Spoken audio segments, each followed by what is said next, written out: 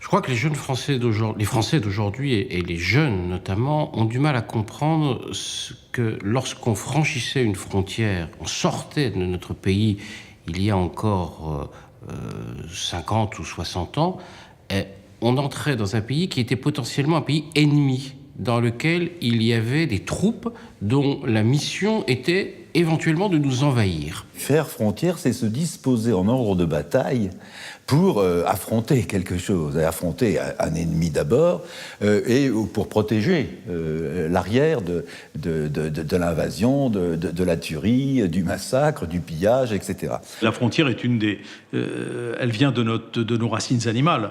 N'oubliez pas qu'un animal, quel qu'il soit, crée son territoire par des odeurs, par des actions parfois violentes, défensives en tout cas, et parfois offensives.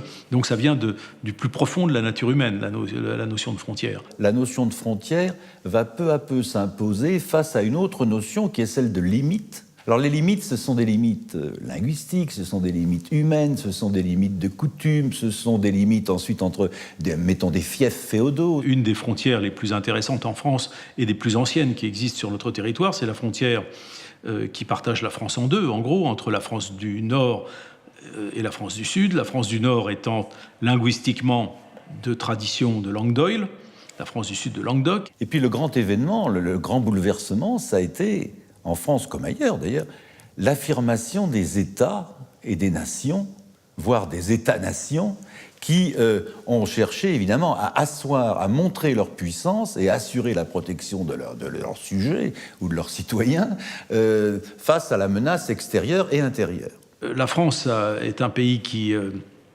a imaginé un projet national très tôt, à partir de Capet, qui part de ce tout petit territoire de l'Île-de-France, qui part de l'Île-de-France avec un petit bout du côté de la forêt d'Orléans, et puis qui après, petit à petit, imagine une conception de la nation France sur un territoire qui doit aller, et petit à petit cette conception voit le jour, jusqu'à des frontières dites naturelles. Alors qui sont, mais c'est une décision purement arbitraire.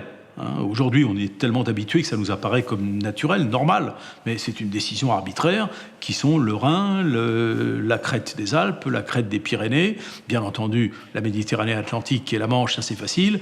Et le problème, ça a été du côté du Nord, où là, il n'y a pas de frontière naturelle. L'idée même qu'une frontière puisse être naturelle est déjà une idée politique. C'est une construction. On décide, qui a pouvoir, un jour dit, voilà, je décide que ma frontière, elle passe au sommet de cette montagne. Sous Louis XIV, on essaye d'atteindre ces frontières rêvées, imaginées, comme naturelles pour la France, comme normales, comme dues aux Français.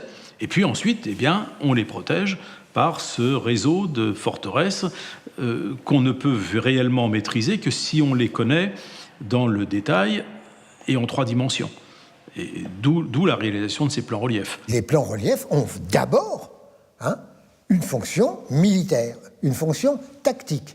Lorsque l'on veut construire un système de fortification dont les défenseurs, leurs chefs, la carte c'est toujours fait pour les chefs. On verra plus tard que ça va intéresser les citoyens.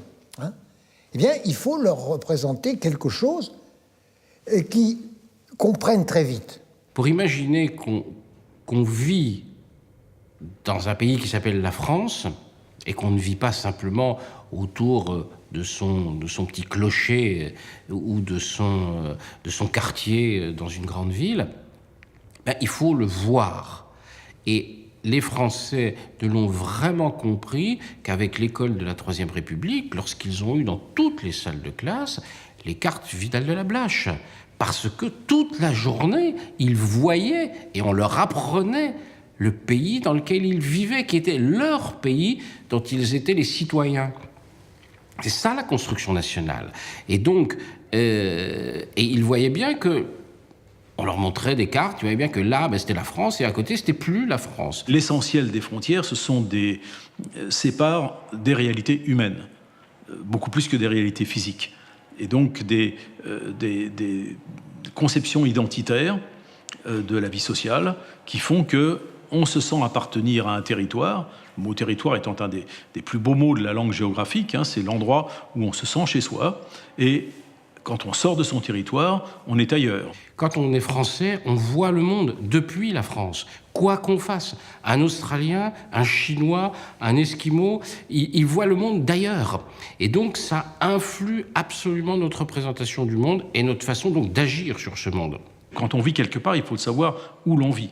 Et comment est constitué le territoire dans lequel on vit. Sinon, ce n'est pas un territoire, ce n'est qu'un espace. Et un espace, c'est neutre, c'est plat, ça fait peur même. Un espace, c'est les grands espaces, c'est pas une expression qui rassure.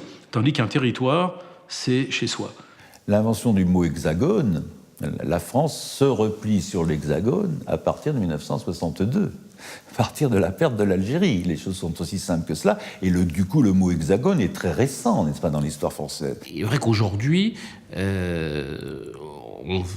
peut être menacé par des missiles tirés de Chine qui pourraient nous tomber dessus. Et donc, on a recréé une autre forme de fortification qui s'appelle la dissuasion nucléaire, qui ne prend pas une forme physique, mais qui est quand même une fortification. C'est-à-dire, vous ne pouvez pas faire ça. Nous allons vous dissuader de venir nous attaquer. La frontière, à condition qu'elle sache épouser un jour, je dirais, ce rythme à la fois européen et mondial nouveau, la frontière restera, je pense, toujours à la fois la garantie contre l'agression et la garantie qu'à l'arrière, si je puis dire, il n'y aura pas le chaos. Et ça, c'est une logique qui a été constante, n'est-ce pas, dans l'histoire de la frontière. Et c'est pourquoi il faut maintenir, je pense, que la frontière est d'abord une notion humaine et historique.